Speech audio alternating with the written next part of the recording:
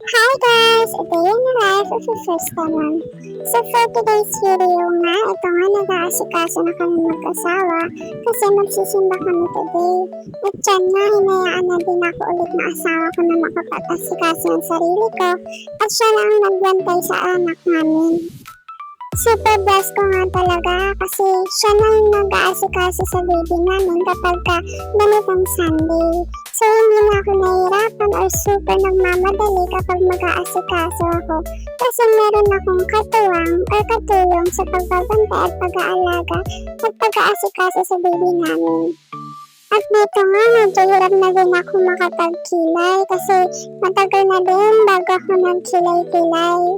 So ayan, all thanks to my sister-in-law sa pagbigay ng comment. I love you! At dito nga, medyo binabawasan ko siya kasi I think parang medyo kumapal yung paglalagay ko. At syempre, hindi naman nakakompleto ang look natin kapag walang lip tint or lipstick. At ito talaga yung ginagamit ko lagi, itong duo na to kasi napakaganda niya. Hindi rin siya mahirap i-blend kaya naman ito madalas ko din ginagamit. Tsaka kapag umiinom ako ng tubig, hindi agad siya natatanggal or kumakain. At dyan nga, hindi rin talaga ako mapakali kung pantay na ba yung blush on ko kasi medyo madilim yung part na dyan. Tapos sa part na to, naglagay lang ako ng onting concealer para naman matago yung ating eyebags dahil lately, puyat-puyat talaga tayo. Tapos naglagay na din ako ng baby bench powder kasi maganda siyang gamitin, hindi siya nagbubuo-buo unlike sa ibang powder. At dito nga, medyo struggle ako sa pag-aayos ng buhok ko kasi naglalagas yung buhok ko. Doon maiksi na siya, medyo sumasabit-sabit kasi kahit gumagamit din ako ng conditioner. Pagdating din kasi pala ng 4 months, doon na mag-i-start yung paglalagas ng buhok, which is sobrang hirap din talagang suklayin. At dyan nga, ito na yung tinatali ko na yung buhok ko, ay naayos ko na. Yun kasi talaga yung parang signature look ko. Kahit nung hindi pa ako nagbubuntis o nagkakaroon ng baby, ito na talaga yung madalas kong tinatali o iniipit sa sarili ko. At dito nga, inaayos ko na lang paunti-unti yung hair ko, tapos nag-apply lang ako ng konting hair polish para naman naging maayos at hindi sabog-sabog or kalat-kalat yung buhok ko. Kulot kasi yung hair ko kaya ganyan, para naman pagka humarap tayo sa tao, maayos tayo at presentable. At dito nga, nag-i-start na din na mag-message si Brother Rio. Buti na lang talaga nakaabot kami sa pagsamba. Kala namin super late na kami, hindi pa pala. Paano ba naman kasi? Nung kailan naman paalis kami, saka naman nagkakandawalaan ng mga gamit. Ay naku, buhay nga naman.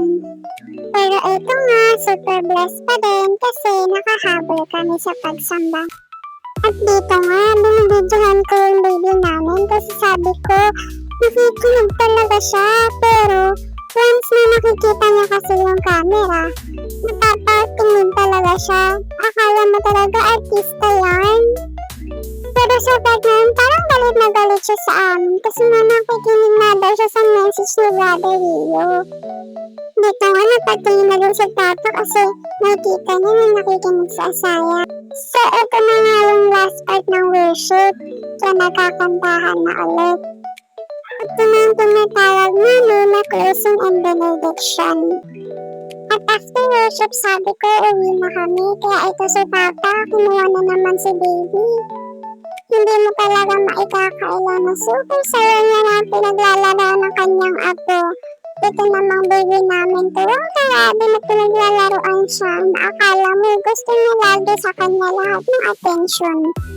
At dyan nga, paunti-unti nang nilalapit ni Papa sa amin si Asaya habang tinatawag ng asawa ko yung baby namin.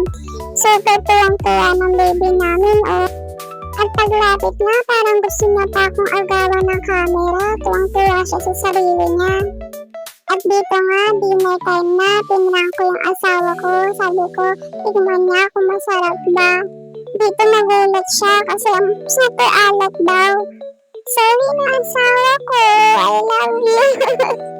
At dahil magpapasko na nga, syempre hindi mawawalang pa Christmas lights natin. So So yun lang guys, thank you for watching kahit walang kwenta ang video na ito. Thank you, bye! God